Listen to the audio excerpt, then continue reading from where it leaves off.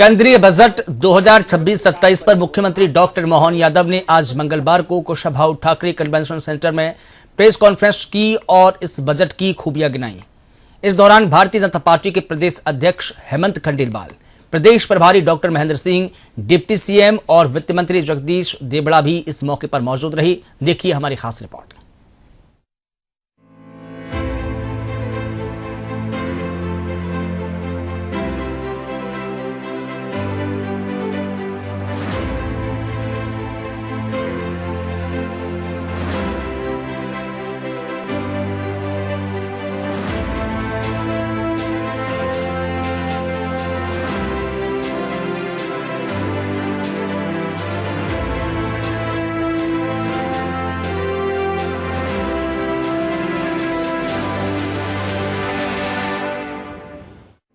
केंद्रीय बजट 2026-27 पर CM doctor Mohan Yadav ने मंगलवार को कुशाभाऊ ठाकरे सेंटर में पत्रकार वार्ता आयोजित कर खूबियां गिनाई।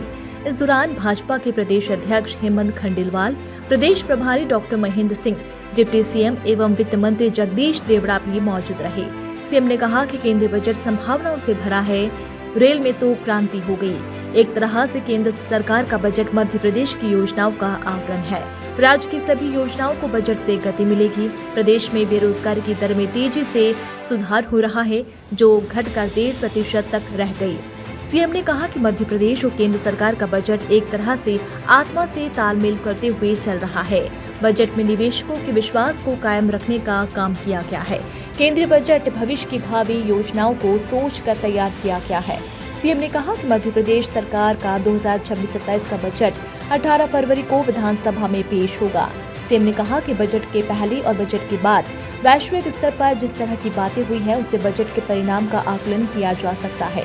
पाकिस्तान को अमेरिका से कर्ज की जरूरत होती है, इसलिए वहां अमेरिका की हर बात मानने को मजबूर होता है, लेकिन भारत की स्थिति अलग है। मैं आज के इस अवसर पर यशस्वी प्रधानमंत्री श्रीमान नरेंद्र मोदी जी के मार्गदर्शन में केंद्रीय वित्त मंत्री श्रीमती निर्मला सीतारमण द्वारा केंद्रीय बजट 2026-27 विकसित भारत के संकल्पों की सिद्धि की ओर सच में ये एक बड़ा महत्वपूर्ण कदम है। जिस बजट के माध्यम से वो सारी चीज़ों को हमारे सामने एक फोकस्ड रूप में रखा है, जिसके आधार पर आज वैश्विक स्तर पर भारत की छवि और बने। हमारी सभी इकोनॉमी की जो संभावना वाले मार्ग है, उनको मार्ग प्रशस्त करते हुए दूरदेशी के हिसाब से लंबे समय के लिए अमृत काल तक भारत की सशक्त भूमिका वैश्विक परिदृश्य में क्या बने, उसका बहुत अच्छा रोडमैप बना है।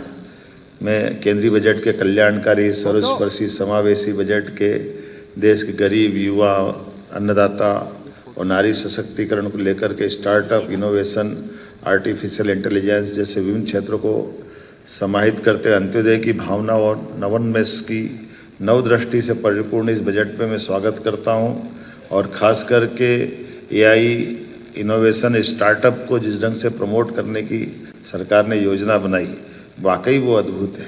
मध्य प्रदेश में बीते 11 वर्षों में माननीय प्रधानमंत्री जी के भारत सरकार के माध्यम से बीते 11 वर्षों में माननीय मोदी जी ने ये जो 12वां बजट प्रस्तुत करवाया, जिसमें नवा बजट निर्मला सीतारमण जी ने जो प्रस्तुत किया है, ये एक तरह से एक के बाद एक चरणबद्ध रूप से देश के विविधता वाले माहौल में हर वर्ग के लिए, हर प्रांत के लिए संभावनाओं के साथ हमारे संसाधनों के बलबूते पर लंबी छलांग लगाने के लिए उनको इसमें उनकी आकांक्षाओं को, आशाओं को उड़ान देने का काम किया। मैं बधाई देना चाहूँगा। अब आप देखो, इसमें ईज ऑफ डूइंग बिजनेस, इसमें विकास आधारित पथ पे जो युवा शक्ति को प्रेरित किया है, जिसके आधार पर हम तेज एवं सतत आर्थिक वृद्धि भी हासिल करेंगे, जन आकांक्षाओं की पूर्ति करते हुए क्षमता निर्माण और सभी परिवारों और क्षेत्रों के लिए, सभी सेक्टर के लिए समान रूप से आगे बढ़ने का मौका इसमें मिल रहा है। मैं जब आपसे बात कर रहा हूँ तो खास करके यहाँ पर विकास आधारित आर्थिक दृष्टिकोण को लेकर चलने के लिए, जिसमें निवेश आकर्षक हो, अनुकूल उद्योग के लायक हो, रोजगार उन्मुख हो और सतत विकास का संकल्प भी हो। अब अकेले इंडस्ट्रियल बेल्ट की बात अपन करते हैं, तो इंडस्ट्रियल बेल्ट में खास करके उद्योग समर्थन में उभरते सेक्टरों के लिए मध्य प्रदेश भी कदम से कदम मिला करके उस एमएसएमई, हेवी इंडस्ट्री और हमारी तमाम प्रकार की लघु इकाइयाँ विविधता वाली उन सबको समेकित रूप से जोड़ने के लिए काफ़ी संभावना जोड़ी है, जिसमें सबसे बेस हमारे विकास वाली व्यवस्था में सरलता से बिजनेस की अनुकूलता बनाने के लिए जो आग्रह किया है, उसी के आधार पर बजट में उद्योग, एमएसएमई, उभरते हुए संरचनात्मक सुधारों, वित्तीय सहायता, नीतिगत समर्थन का स्पष्ट प्रावधान है, जो प्रदेश के अंदर औद्योगिक निवेश और उत्पादन क्षमता और निर्यात विनिर्माण में रोजगार सृजन को इससे गति मिलेगी। बायोफार्मा के सेक्टर में भी बायोफार्मा, बायोटेक्नोलॉजी, फार्मास्यूटिकल अनुसंधान, हेल्थ इंडस्ट्री, स्टार्टअप को बढ़ावा देने के लिए खास करके हमारे यहाँ तो नॉलेज इकोनॉमी के दृष्टि से हम बात करें तो ज्ञान आधारित अर्थव्यवस्था को लेकर के इसी आधार पर हम अपने उच्च मूल्य जो रोजगार सृजित करेंगे, खासकर उस दिशा में हम आगे बढ़ेंगे जहां हम हमारी प्रतिभाओं के बलबूते पर इस फार्मा सेक्टर में लंबी छलांग लगाएंगे। सेमीकंडक्टर ये एक बड़ा सेक्टर है। मैं कल गुजरात में भी सेमीकंडक्टर के ऊपर वहाँ के मुख्यमंत्री से बात करके आया हूँ और सेमीकंडक्टर मिशन 2 उभरती तकनीक है, जिसके आधार पर इलेक्ट्रॉनिक कंपोनेंट मैन्युफैक्चरिंग, एआई आधारित तकनीकों के आधार पर प्रदेश में हाईटेक उद्योग, डिजिटल निवेश, नवाचार आधारित उद्यमिता को हम भी कदम से कदम मिलाकर बढ़ाने के लिए आगे बढ़ेंगे। अगर प्रदेश के पारंपरिक औद्योगिक क्षेत्र के लिए भी ये निश्चित रूप से हमारे लिए ये जो अभी तक हमारे इंडस्ट्री जो चल रही है, जो परंपरागत आधारित है, उनको भी उनके लिए रिनोवेशन के आधार है। आप कभी कल्पना करना, पहले की कॉटन इंडस्ट्रियाँ इसलिए डूब गई कि उनको रिनोवेशन करने का मौका नहीं मिला था। अगर नई टेक्नोलॉजी के साथ कदम से कदम मिला के चलना है तो नए उद्योग लगाना अच्छी बात है, लेकिन जो चालू उद्योग है उन उद्योगों को संवर्धन करना ये भी एक बड़ा विषय रहता है। इसमें इस चीज़ के लिए गुंजाइश दी जिससे अर्थव्यवस्था, रोजगार और औद्योगिक पुनर्जीवन को नई गति प्रदान होगी। 200 लेगेसी इंडस्ट्रियल क्लस्टर के पुनर्जीवन, ये जो खासकर जो मैंने बात कही है, इसमें अधोसंरचना में सुधार, निवेश पुनर्स्थापन, उत्पादन विस्तार और स्थानीय रोजगार को नई ऊर्जा मिलेगी। इसी आधार पर औद्योगिक भूमि, लॉजिस्टिक एवं सप्लाई चेन को भी हम अधिक कुशल बनाने वाले हैं। एमएसएमई में भी इसी तरह से एमएसएमई के लिए जो हमारी मध्यम श्रेणी की उद्यमिता है, इसमें स्वरोजगार और औद्योगिक विस्तार को मजबूती प्रदान करेगी। इसकी 3 रणनीति है और तीनों तरह से हमारे लिए बहुत काम आएगी। मैं मान के चलता हूँ इससे वित्तीय स्थिरता, तरलता, समर्थन और संस्थागत सहयोग किसी भी इंडस्ट्री के इसी प्रकार से हम आगे बढ़ा सकते हैं, जिसमें अधिक प्रतिस्पर्धी, आत्मनिर्भर और विस्तार उन्मुख ये एक गति देने के लिए सरलता हो जाती है कि हम अपने काम को समेकित रूप से किस हर पर अत्यंत लाभकारी भावना से, खासकर सामाजिक समावेशन आधारित आर्थिक विकास योजना का जो प्लान किया है, ये मानव पूंजी के निर्माण में बड़ी महती भूमिका अदा करेगा। इसमें दिव्यांग कौशल भी है। सभी जिलों में गर्ल्स हॉस्टल, शिक्षा कौशल आधारित पहलों के आधार पर हमारी सामाजिक उत्तरदायित्व की भावना बहुत मजबूत होगी और मानव पूंजी का सुदृढ़ निर्माण होगा। हरित अर्थव्यवस्था, सतत विकास, ये खास करके अब ग्रीन एनर्जी का ज़माना है और हमारे लिए इस भाव में एग्रीकल्चर को भूलना नहीं है।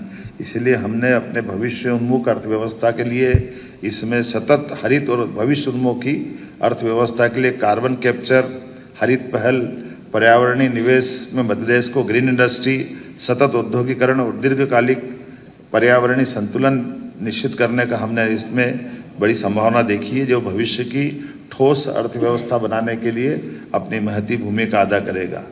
और वास्तव में ये केंद्रीय बजट केवल दस्तावेजीकरण नहीं है, इसमें वो सब जोड़ा है जिसके आधार पर भविष्य की संभावनाओं को लेकर चलने की बातें हैं।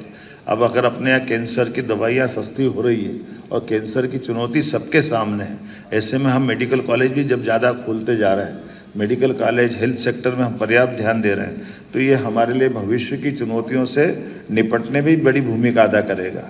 राजकोषीय घाटे की दृष्टि से जो भारत सरकार ने प्रयास किया है, ये वाकई में जब जीडीपी बढ़ाते हैं तो इससे हमारे लिए अपने जो दूसरे खर्चे हैं, बाकी चीज़ें कंट्रोल करने के लिए, और एक सरल भाषा में अगर कहूँ तो हमारे द्वारा माननीय प्रधानमंत्री ने जो नया कॉन्सेप्ट दिया है कि जो वित्त के जानकार हैं उस वित्त के आयोग की सिफारिशों को बगैर लाग लपेट के उसको मैदान में उतारने का जो हिम्मत दिखाना चाहिए।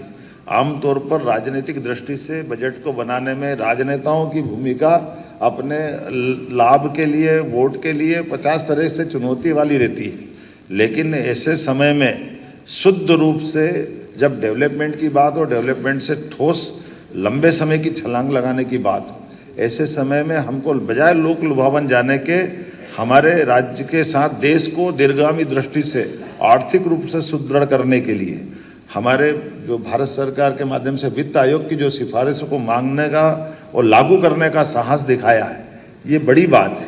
अदरवाइज ये शिकायत रहती थी कि राज्य बड़े हैं तो बड़े राज्य में उनकी अपनी गरीबी के आधार पर, उनकी कमजोरियों के आधार पर बड़े आवंटन पे वो अपना क्लेम करते हैं, और ऐसे में जो बड़े राज्य के बजाय जो राज्य अपने संसाधनों का बेहतर उपयोग करके जीडीपी में बड़ी भूमिका अदा करते हैं, वो बड़ी भूमिका अदा करने के बाद भी उनको टैक्स में कटौती हो जाती है, उनको वित्तीय मदद की बजाय उनको ये कष्ट उठाना पड़ता है कि भाई हम तो कमजोर को दे रहे हैं। तो ये वित्तीय दृष्टि से, लंबी दृष्टि से कतई उचित नहीं माना जा सकता।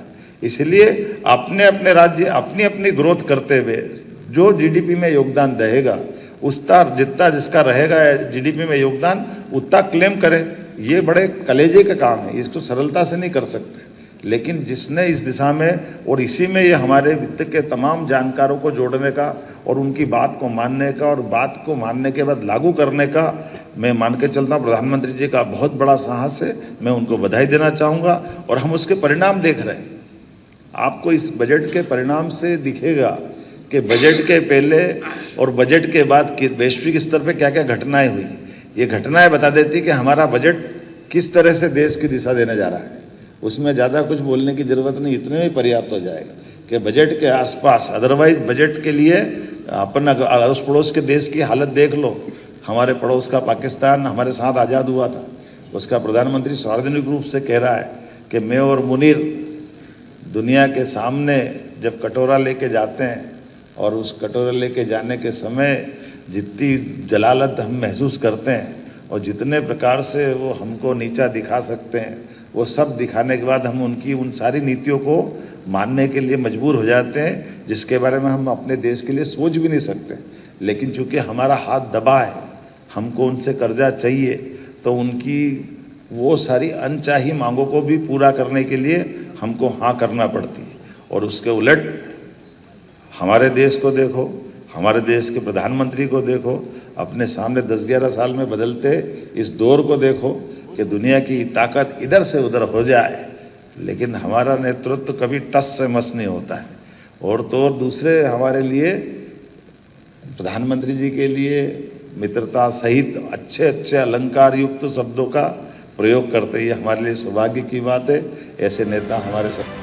पत्रकार वार्ता के दौरान भाजपा प्रदेशाध्यक्ष हेमंत खंडेलवाल ने कहा कि केंद्रीय बजट आने वाले 10 वर्षों में भारत के विकास की दिशा तय करेगा। जिन क्षेत्रों में दुनिया के केवल 2-3 देशों का दबदबा है, उन्हें रणनीतिक उत्पादों के निर्माण पर बजट में विशेष ध्यान दिया गया है। पहली बार अलग से मालगाड़ी के लिए कॉरिडोर बनाने की बात कही गई है, जिससे लॉजिस्टिक खर्च कम होगा और व्यापार बढ़ेगा। ये बजट दर से मुक्त टैक्स व्यवस्था की ओर एक बड़ा कदम है। ये बजट हर वर्ग को राहत देने वाला बजट है। हर वर्ग के लिए कल्याण की कोई ना कोई काम इस बजट में प्रावधान किए गए हैं। ये बजट कोई तत्कालीन विषयों पे प्रभाव डालने के बजाय लॉन्ग टर्म में अगले 10-20 सालों में ये देश की दिशा क्या रहेगी उसे बताने वाला बजट है। कुछ चीजें मैं अपनी तरफ से बता रहा हूँ, फिर विस्तार से हमारे मुख्यमंत्री जी इसके बारे में बताएंगे। एक बड़ा काम जो सरकार ने किया, जो फिजिकल डेफिसिट था जो कभी कम नहीं हुआ, वो 4.5 से 4.5 से 4.3 पे लाने का सरकार काम कर रही है। हमारे देश में जो कुल कर्जा था वो हमारी जीडीपी का 56% था। कई और देशों में तो 80, 90 और 100 से ऊपर है। उसे 50% पे लाने का एक बड़ा काम सरकार अगले 2-3 साल में उसका रोड मैप बनाया है। एक बड़ा काम रेयर अर्थ मिनरल उड़ीसा, केंद्र, आंध्र प्रदेश और तमिलनाडु में रेयर अर्थ जिसपे चाइना का अकेला अभी तक आधिपत्य था और दुनिया के सारे देश चाइना पे डिपेंड थे, उसे निकालने का और उसके लिए एक बड़ा काम सरकार कर रही है। सेमीकंडक्टर जिसपे ताइवान और अमेरिका और चाइना जैसे देशों का आधिपत्य था, उसके लिए भी लगभग 40,000 करोड़ का सरकार ने प्रस्ताव रखा। केमिकल पार्क, नए इकोनॉमिक जोन, इसके अलावा कैंसर जैसी दवाइयों पे कस्टम ड्यूटी कम करना, महिलाओं के लिए हर जिले में हॉस्टल, 1.5 लाख केयर वर्कर्स को, पेंशनर्स को सुविधा देना, लखपति दीदी मॉडल की बात सरकार ने इस बजट में की है। किसानों की आय बढ़ाने के कई काम और पशुपालन में पूंजी सब्सिडी से पशु चिकित्सकों की संख्या बढ़े और जलाशय अमृत सरोवर से ग्रामीणों को रोजगार मिले, इसकी चिंता सरकार ने की है। युवा और केंद्रीय युवाओं के लिए सरकार ने 15,000 माध्यमिक शालाओं में जो क्रिएटर लैब बनाने का काम करेंगे और 10,000 टूरिस्ट गाइड IIM के सहयोग से करेंगे। खेलो इंडिया के माध्यम से सरकार खेलों में बड़ा काम करने जा रही है। इसके अलावा रोजगार के लिए 1 लाख हेल्थ प्रोफेशनल और राष्ट्रीय मानसिक स्वास्थ्य जो न्यूरो साइकोलॉजी है उसके संस्थान की स्थापना, स्वास्थ्य में हेल्थ टूरिज्म की बात, ऐसी सारी बातें इस बजट में सरकार ने लाई है। मैं समझता हूं कि मध्य प्रदेश को भी इससे काफी लाभ होगा और ये दीर्घकालीन बजट 2047 में भारत की जो परिकल्पना है उसको आधार मानते हुए किया है। हमारा जो डिफेंस का बजट है उसमें भी 15% का इजाफा सरकार ने किया है। मैं समझता हूं कि हर सेक्टर को छूने का और उसको स्थिरता देने का काम इस बजट में किया है।